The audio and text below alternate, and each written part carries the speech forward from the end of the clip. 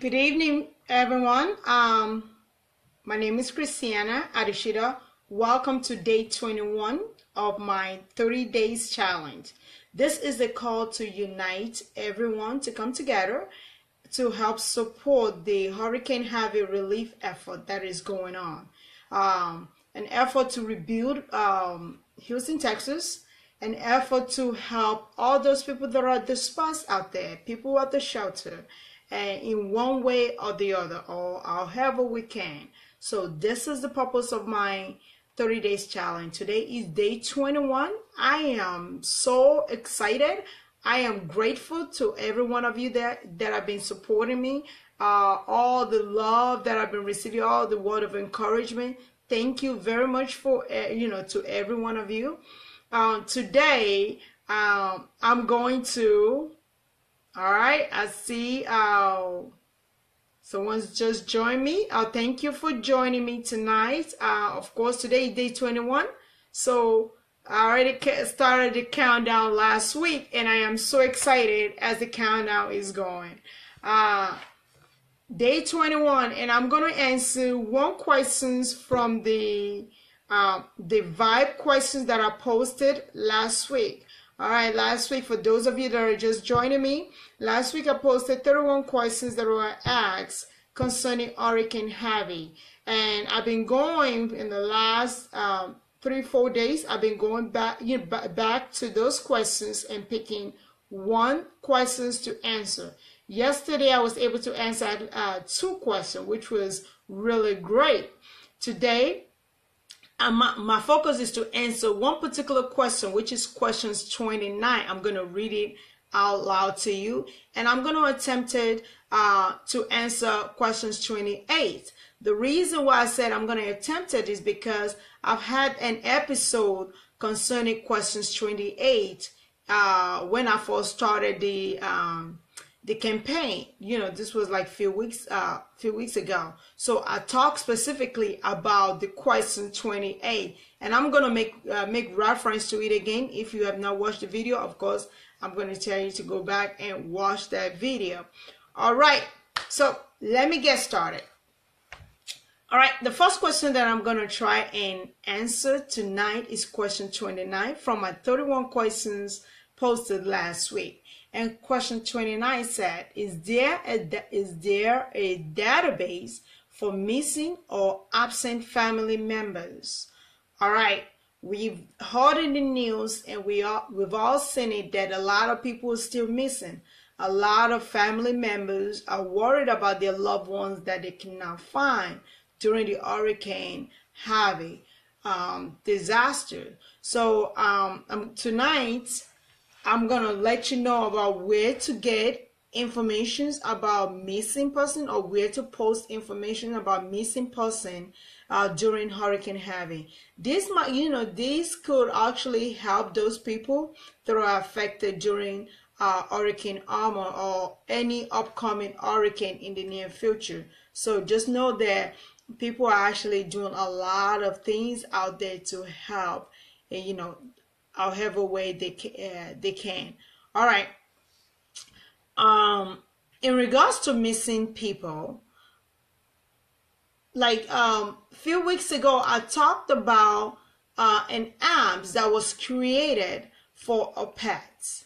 I know I'm talking about people, but I'm just gonna combine everything together. People, pets, they're all families. So our pet is just as valuable to us as our loved ones. And I address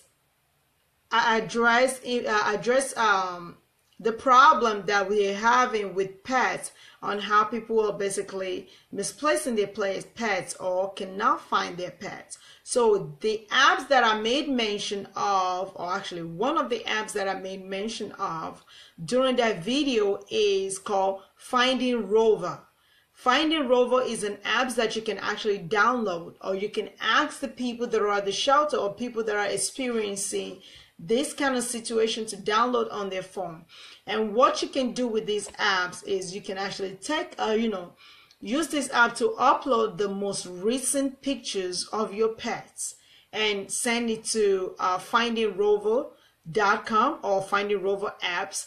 And what the apps is going to do is going to try and match your pet face pictures to all the animals that were rescued during Hurricane Harvey. This is a great way for those people that are looking for their pets and they can't find it. That's one, that's one apps that are out there. It's not really a database, but it's like a cloud database in a sense to help find missing pets.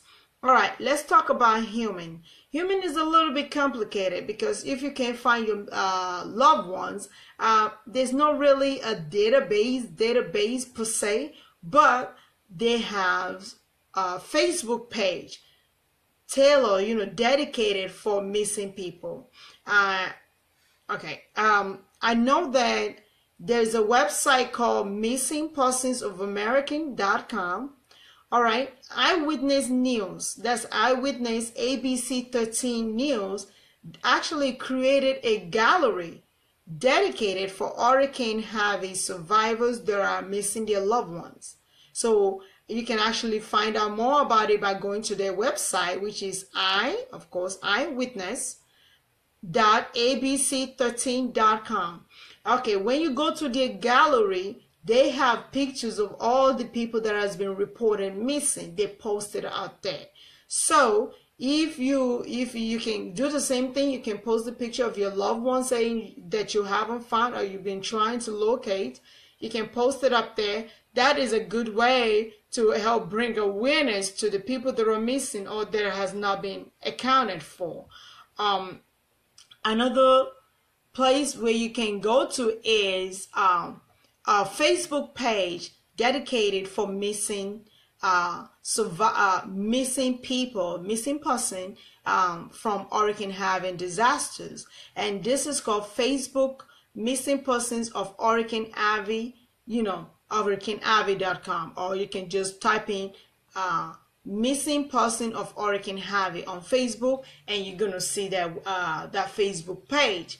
And basically the same thing on this Facebook page. I went to the site and I actually scroll all the way down to see how people are actually putting out information about their loved ones that they're looking for. So what I'm seeing is that a lot of people are uploading the most recent pictures, and they're actually giving details, a little bit of identifying details about their loved ones, and they're putting it up there on the Facebook page. And also they put in the information about when they were once last seen and what locations they were leaving before the hurricane, or where they were last seen. So these are things that you can do as well, or that you can tell your loved ones that are actually looking for any members of their co-workers or any members of their family. This is where you can point them, you can send them to. It is valuable. At least you're bringing awareness to let people know that you're actually looking for your loved ones, and with the hope that they're gonna find them, and if anybody locate them, they can actually post that information on the same Facebook page or on the same Eyewitness News page to let you know or contact you. Of course, that's another thing. You want to put down some information on how they can reach you in case they find your loved ones.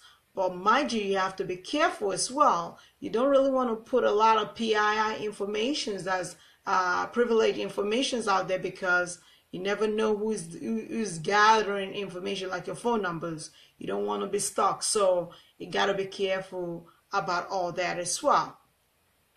All right. Yesterday, I talked about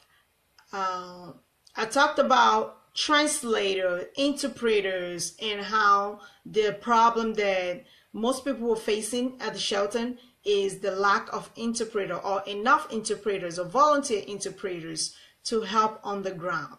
So today, I was really excited when I find out about this website. All right. A website called HoustonRecovers.org. All right, on this website, basically this website mirrored the ideal picture of what I talked about yesterday. So this website was, yes, is an English website, but on that website, they have a way where people can actually change the content of the website to Spanish, to Vietnamese, to Chinese, to Arabic, to French. And also they can even view the same content while watching a sign language, which is great. This is something like this is what the people at the shelter in Houston needs. A way of versatile that everybody can actually find their own way of understanding what they're putting out. And I was so excited about it, and I decided that I'm going to let you all know about that. There's a website out there called Houston Recovers, RECOVERS.org. I'll post it on my Facebook page after this video or underneath this video. You can go to it and look at it and share this website. It is important. They have valuable information. And the good thing is that you can volunteer. You can request to volunteer on this site. You can actually ask for help. I'm trying to pull it up again and look at it. Yes, you can ask for help. You can donate money. You can basically be as specific as requesting information from the city where you live. Let's say you don't live in Houston and you say, okay, I need help, but I want help within my local agency. And you can actually find help within your local agency, which is great. So feel free to go to this website and share this information. This is valuable. HoustonRecovers.org. That is one of the best websites that I have found since I started this campaign that actually cater to the immigrant community that we are actually dealing with here. So this is a good website. This is what most of the website need to look like, including FEMA's website needs to look like this. Being able to read it in different languages. I know probably take a lot of time to do that, but we need to have that versatile when we go to website like that, especially a website that put out valuable information to the people at the shelter or the people that are dispersed and that really need the help. Okay. Another good information that I want to put out before I go back to question 28, which I'm going to read to you. Actually, you know what? Let me do question 28 first. All right. Question 28 is talked about apartment homes, exterior postponing rent and mortgage fees for the survivor of Hurricane Harvey. First thing, when I read that question, I was like, okay, if the apartment complex is destroyed, I hope there's not going to be anybody knocking down somebody's door asking for money. That's just a joke. But that's not going to happen. All right, let's talk about mortgages. Your home is destroyed. Will your mortgage company give you like a break or, leniency until you can actually get back on your feet? I will hope that they do that. But one thing that I put out like a few weeks ago during my video was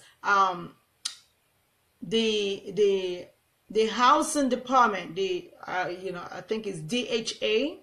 All right, the housing department basically have a program out for people, survivor of Hurricane Harvey.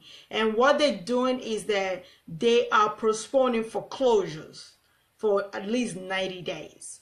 All right, what does that mean, Christiana? That means if you have damages on your homes and you're not living there, or you're not able to pay your mortgage for 90 days or for a certain period of time, that means the state of Texas will not foreclose your home at least 90 days until after 90 days before they even start thinking about foreclosure. So you have nothing to worry about. You have that break at least to get yourself back together, to be able to focus on your family first, before worrying about paying mortgages on a home that you can't even live in anyway, that you're still waiting for someone to help you rebuild. So I want to put that out. And another thing related to finding a place to live is that for those people that have to leave the shelters, but they still cannot return to their homes, the state of Texas opened up the parks. You know, like you can go to the park. They open up the parks for everybody affected, survivors of Hurricane Harvey. And what this means is that if you have an RV that you want to go camp on any of the parks, you can actually go up there and camp for free. Yes, which is good. Because a lot of people, yes, they have their car or they have their truck, SUV, that they can actually stay in for 1 day or 2 days until they can find help or get back on their feet. So if that's you, you can actually go to any of these state parks and park for free. All right, I posted the map of all these parks on my Facebook page, and also if you click on one of the, I did a snapshot of some of the listings of the parks in Texas, so you can go through it, or you can go to the website link that I posted.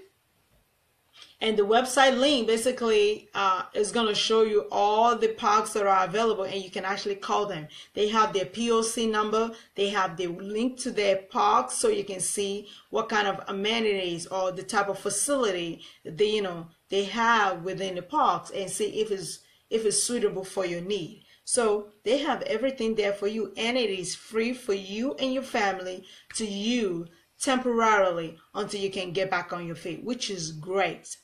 All right. Earlier in my campaign as well, I talked about FEMA lodging participating hotel list. So this is a transitional sheltering assistance program that FEMA came up with during Hurricane Harvey disasters. And what the transitional shelter assistance is all about is that we have listings of hotels that have volunteered to participate as a temporary lodging space for those people that are displaced or those people that need a place to live.